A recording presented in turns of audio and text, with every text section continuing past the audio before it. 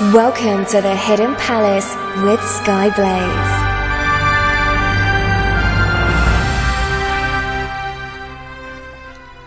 Good morning, afternoon, evening or night, wherever you are in the world. I am Skyblaze and this is the Hidden Palace here on Radio Sega.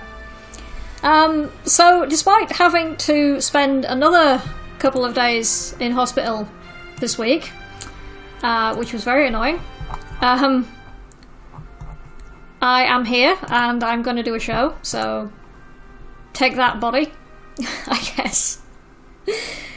So some of you may remember that quite a few moons ago I did an episode about Atlus, talking about its origins and a few of its early games that were released on the Saturn. Hello to BritGamer and whoever else is in the chat, by the way. II's here as well, I think. I'm not sure who else is around. We'll find out in a moment. So today I'm going to look at a few other games that Atlus released on Sega consoles, starting with those on the Dreamcast. Now, a game called Mac and X, or Mac and X, is a first-person hack-and-slash game where you play as the Macken, a sentient sword, and the people it has, quote-unquote, brain-jacked. Your first body is Kei Sagami, the daughter of Hiro Sagami, who is the leader of the Blade Masters who created the Macken.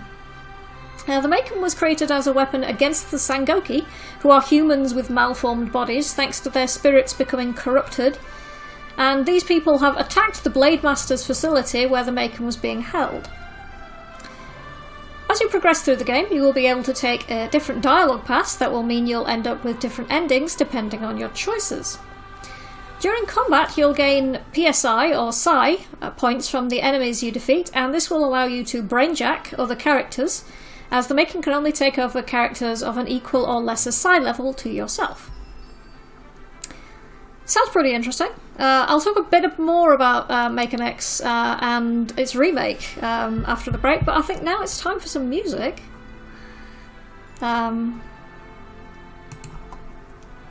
I saying Sega what in Ethiopia. I don't know what is going on there, but okay. The chat is occasionally a bit odd, but let's move on. So from Mac and X, we've got the World Map and Last Boss tunes. So I hope you enjoy those, and I'll speak to you guys again after the break.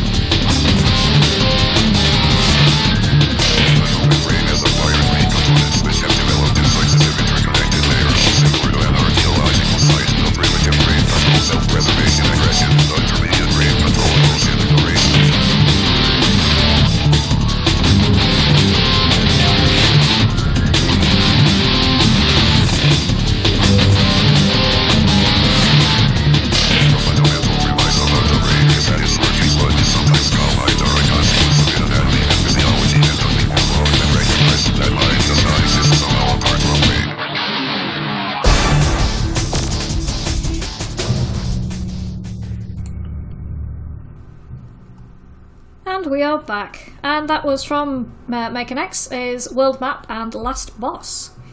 The end of that Last Boss tune has some very interesting kind of mechanical speak in it. I can't quite make out what it's saying or even what language it's in. I assume it's Japanese, but I could be wrong. So it'd be pretty interesting to figure out what that's saying. Continuing with Make an X, it is the first Atlus game to feature full voice acting, speaking of speaking, and was one of Atlus's earliest fully 3D games. This game later received a remake that was called Make and Show, mainly due to the fact that the first-person view was causing motion sickness in some players. This sounds familiar, says the person who used to work for a VR company. So the remake set the game in a third-person view instead. They also included a few more features, such as getting experience points, which allow you to access new skills with the person the Maken is controlling, and the longer the Maken uses one particular character, their synchronization increases, which in turn increases the character's stats, such as their health and attack power. It's a pretty interesting mechanic, actually, and I'd quite like to give this a try at some point. The remake, as far as I'm aware, came out on the PlayStation, so I can't remember if it's the PlayStation 1 or 2. Anyway, another Atlus game released on the Dreamcast is Desperia. So for some reason, it's usually spelt either capital D, lowercase e, and Speria is all caps, or sometimes you actually get lowercase d, lowercase e, and then capital S, and then Iria, with the rest of the word all in lowercase, which is odd, but I guess. Desperia is a horror RPG, which sadly only is available in Japanese. From what I have been able to find out, the player is a person who lives in the year 2070, playing the role of a character called Alua Valentine. That's a bit on the nose, isn't it? This is a girl with extrasensory powers who has been tasked to work undercover to assassinate someone high up within a organisation. The organisation that she works for is a place called The Church, in capitals. And Alua Valentine has been tasked to assassinate someone within a heretic group. Okay, so we're living in a theocracy in this universe, I guess. As it turns out, that the organisation, the Church, has taken over power in Japan since World War III occurred, 22 years before the setting of the game. The intro cutscene shows Allure getting into a train, and then some sort of worm is stuck up her nose, and then she starts seeing weird visions, like really psychedelic stuff. And the train she is on then crashes, and from there the game actually starts. The worm up her nose thing is a bit like the scene in The Matrix where the agents put a little parasite thing in Neo. It's quite similar. It's very difficult to figure out what's actually going on there because I don't speak Japanese. But it's pretty interesting looking. So let's have some more music before I get too distracted. So from Make and Show, we've got BGM 4, and a lot of the Desperia music is very short. There is very short loops, so I'm going to save that for later, and because I'm going to talk a bit more about Desperia in a moment. So instead, from Resident Evil Code Veronica Dreamcast version, or as it's known in Japan, Gun Survivor Biohazard. We've got track 1A, because unfortunately the versions I've got are not very well labelled. So I hope you enjoy those, and I'll speak to you guys again after the break.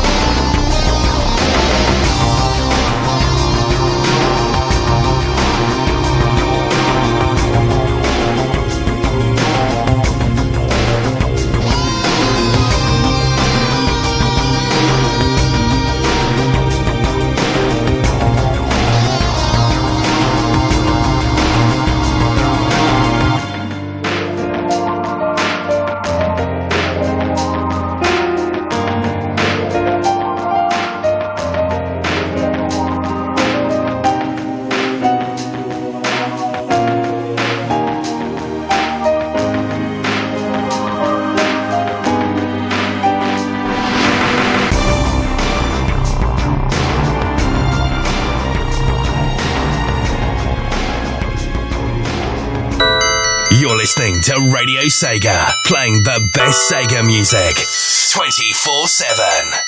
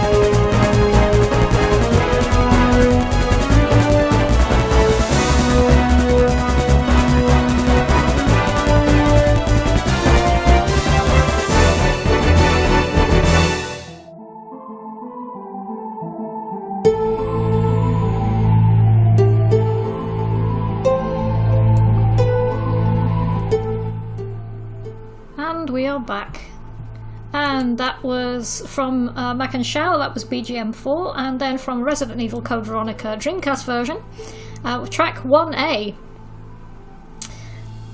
So carrying on with Desperia, the gameplay is all in first person, and except for the cutscenes, it looks pretty similar in style to Myst, for those of you who are familiar with that particular pretty groundbreaking game. And in Desperia, it's pretty necessary to look around and interact with pretty much everything you come across, as well as movement between areas being shown as a sort of short CG cutscene. Combat is turn-based, and there aren't any physical fights, but rather mental fights, as they are done with psychic powers. You can be helped out by minds, which act as summon monsters who can attack or heal, depending on their particular skills. The game is very dialogue heavy, which makes this even more as a shame, because I want to know more about the story of this game.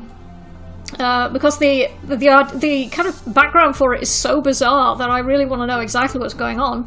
But there doesn't appear to be anything like a fan translation. And obviously I don't speak Japanese. I can't even find a script or anything, or a precis for what's going on. So it's very annoying, because I would like to know more about this game, because it's so fascinating, and I was a fan of Myst when that was around. Even more annoying is that the music is usually very, very short loops. I mean, we're talking like 30 seconds or less, which has made it very difficult to actually find something that I can use. Rafsig saying, which game is it? I missed it. Well, the one I'm currently talking about is called Desperia. It's Despiria. Is that do you mean the one I'm currently talking about, Rafsig? If you could let me know, that would be useful, because I can help.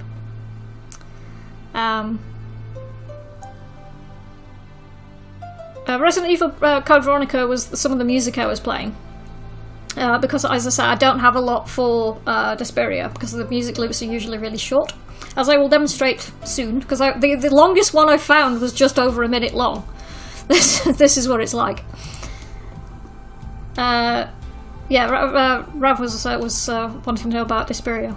So yeah, if anyone knows more about Desperia, who can tell me a few more details about it, I'm absolutely fascinated by this, because it's so bizarre. The mental battle turn-based game is called Desperia, to answer Ravsig's question. So yeah, and if anybody knows more about it, please tell me, because I am very frustrated with how little I have been able to discover. Anyway, moving on for more Atlus things, moving on from the Dreamcast to the Game Gear. That's sort of slipping a bit backwards in time there. We have Megami Tensei Gaiden, Last Bible, which in some areas is also known as Revelations the Demon Slayer. Probably because they were worried about the American audiences being able to pronounce Megami Tensei. Oh well, that didn't bother them after a few years. This was the first in the Last Bible series, and this game sees you playing as El, and his companions as you seek to unravel the reason behind the sudden appearance of monsters in the world. That's the sort of thing that would kind of distress you, isn't it? Like, where's the monsters outside my front gate? The gameplay is pretty similar to most Megami Tensei games, where you have turn-based combat, and you can converse with the monsters you fight in an effort to recruit them into your party. So, Final Fantasy meets Pokemon, pretty much. The game series was developed to be more appealing for a wider audience, including children, so the difficulty was toned down a little bit, and the themes were also eased off a bit, and any references to demons were replaced with monsters. Although the Game Gear version was released as Revelations the Demon Slayer, so not entirely excising all references to demons. Because usually, as anyone who's played any of the Megami Tensei games will know, especially the mainline games, they're very heavy into the religious symbolism and straight-up religious references, particularly Judeo-Christian stuff. Although it doesn't, they span all religions and mythologies. But yeah, quite frequently in the Megami Tensei games you end up fighting God. Or, Satan. Or both. And tell them both to go and take a hike if you fancy. In some of the games. Anyway. Yeah, let's have some more music then. From Desperia, we've got the longest track I could find. This was it's labelled on the tracks I managed to find as BTL 11, so I have no idea what that means, but it's called BTL 11 on my download. And then from the Last Bible game on the Game Gear, we've got BGM 3. So tell me what you think of those, and I'll speak to you guys again after the break.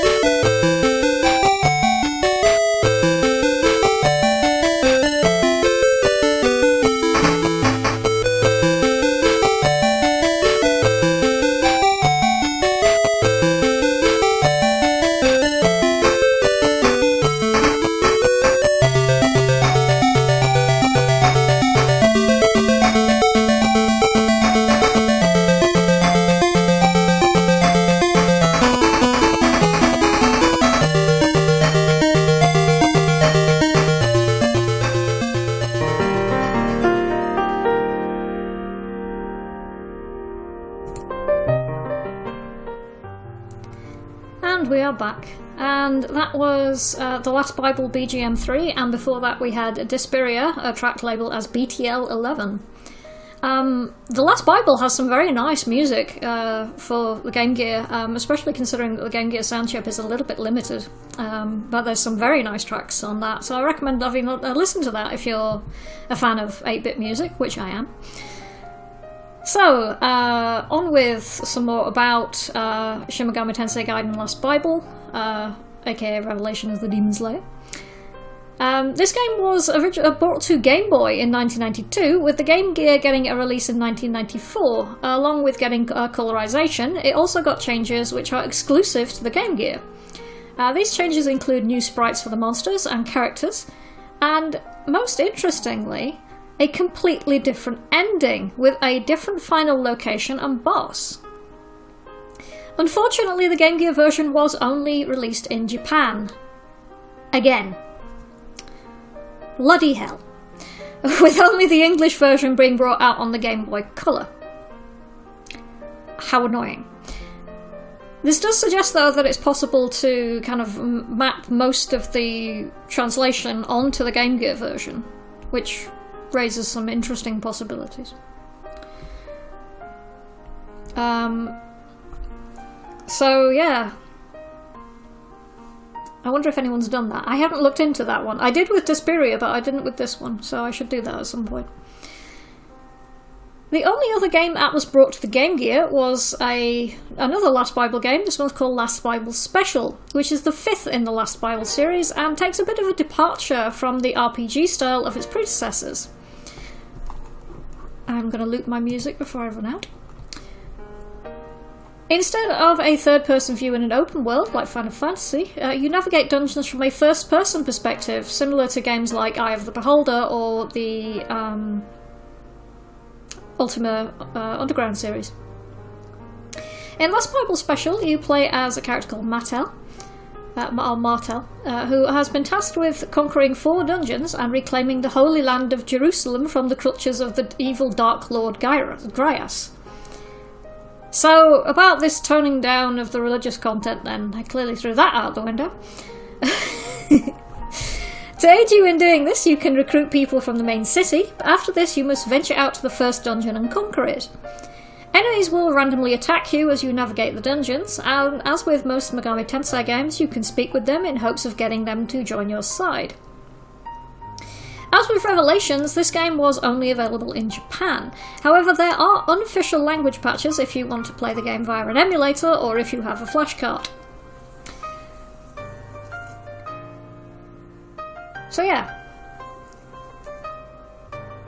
So I know that one has a translation patch. I'm not sure about the Game Gear version of the original Last Bible. That'd be interesting to find out if that's actually the case. Because, you know, the different ending and everything. That'd be pretty interesting. A person who I think is new to the chat, called Nicola Saman, has posted up a picture of the Last Bible title screen. That's quite nice, actually. I like the runes on the background. Is that Cyrillic or Greek? It might be Greek. That's pretty cool. Right, so let's have some more music then. So from Last Bible Special, we've got BGM number 4. And after that, because I'm talking about Atlus, and you can't talk about Atlus without mentioning Persona, from Dark Sword over on OC Remix, we've got Persona 4 Arena, Kuro Yuki. So hope you enjoy those, and I'll speak to you guys again after the musical break.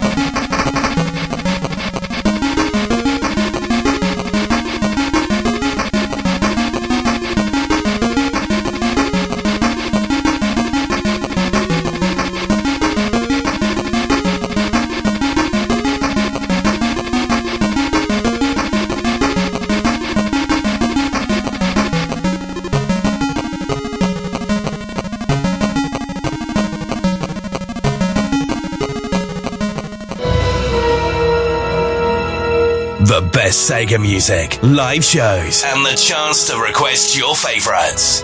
This is RadioSega.net. Sega.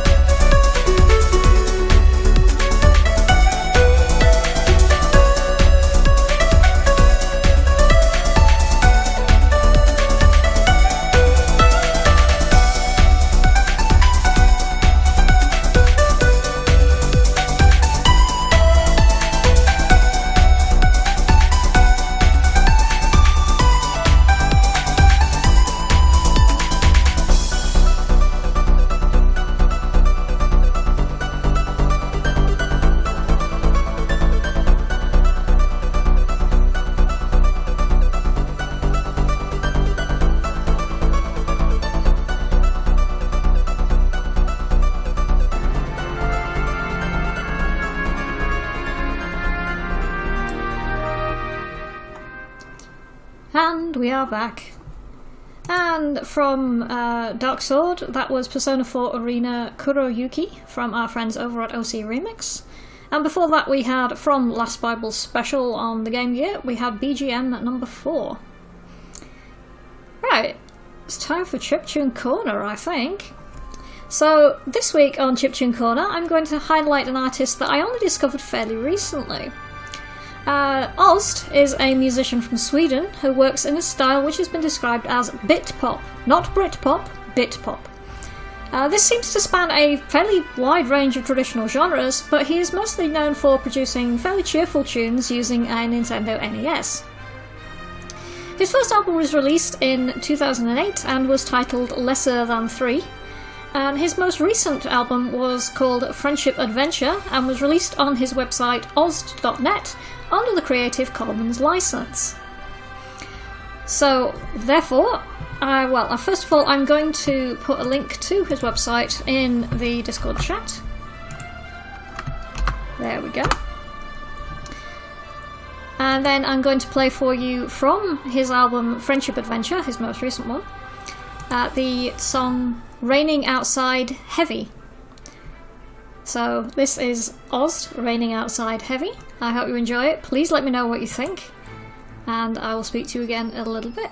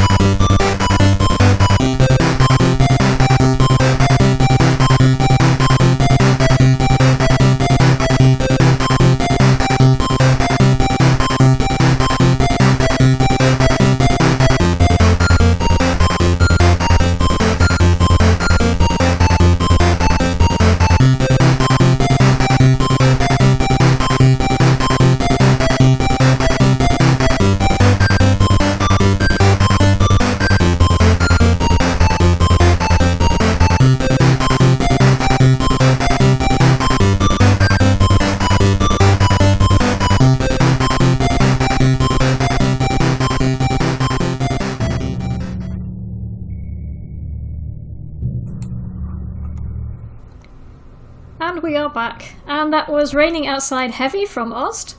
I hope you enjoyed that. I really enjoy that album. There's some really lovely stuff on there. There's one called, I think, Seaside Town, which just sounds like it's something from the 8 or 16-bit, from an 8 or 16-bit RPG. It's absolutely brilliant. And a lot of the stuff can be downloaded from his website for free, or you can donate if you want to. Highly recommend it. Also, one thing about that, the Raining Outside, I think it could mash up really well with It Doesn't Matter. Is that just me? The kind of rhythm of it just feels like it could go into It Doesn't Matter really easily. Somebody with actual musical skill like Rexy could probably tell us if that's actually the case, if it would work. Or maybe Quartet, I don't know. Have to pester Rexy to listen to it and tell me what she thinks. Greyforce saying, is it lesser than 3 or less than 3? It's actually lesser than 3. That's the actual name of the album. If you look on his website, you will see that that is in fact the case. Yeah, lesser than 3, if you look on the website.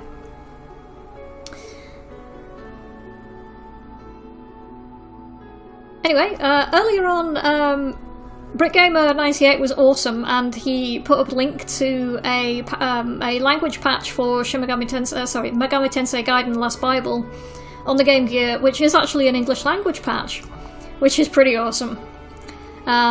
So when I get my Game Gear emulator up and running, I might give that a try at some point. Right, so nearly done for today. I'm not sure what I'm going to cover next week, so if anybody has any suggestions, please let me know if there's anything you want me to cover. You can contact me through the Radio Sega Discord, where I am Skyblaze42, or you can contact me on Twitter, where I am @BlazingSkies, or you can reach me through the Radio Sega Facebook or Twitter. Also, I have a Patreon now. It's mostly for another podcast that I'm working on, but if anybody would wish to donate to my Patreon, and that would be really nice. So if you could give that think about doing that. The first episode of my podcast should be up probably early next month, and I will be talking about disasters which have been caused by human error, which is the name of the podcast. So thank you so much to everybody for listening. Thank you to BrickGamer98 and II and Nicholas Imam, who's new to us, and Ravseeg and Danny, and who else was in the chat? Anybody else who's been lurking around. I imagine possibly Rexy and Electric Boogaloo are probably listening in from afar. But yeah, thank you so much to everybody for listening. Hope you've enjoyed this episode, despite the fact that I'm stumbling with my words a bit, because I'm still very, very tired from having been in hospital earlier this week. So to go out on, here's one last track. And because I am completely shameless, I'm going to play a track that I'm very fond of. And this is from Persona 5. And this is Last Surprise. So thank you so much everybody for listening. I've been Skyblaze, this has been The Hidden Palace here on Radio Sega. Thank you all and good night.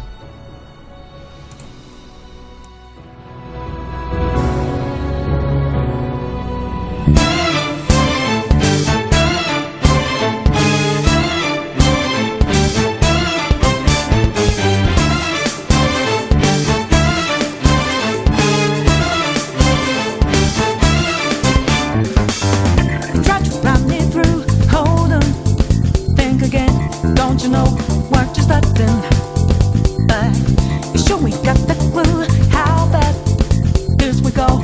Don't you know, no more art.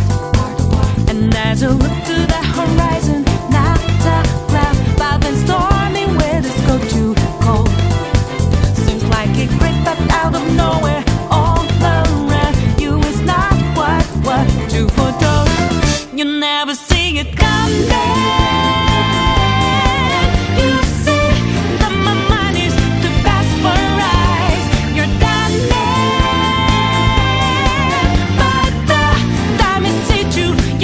Surprise.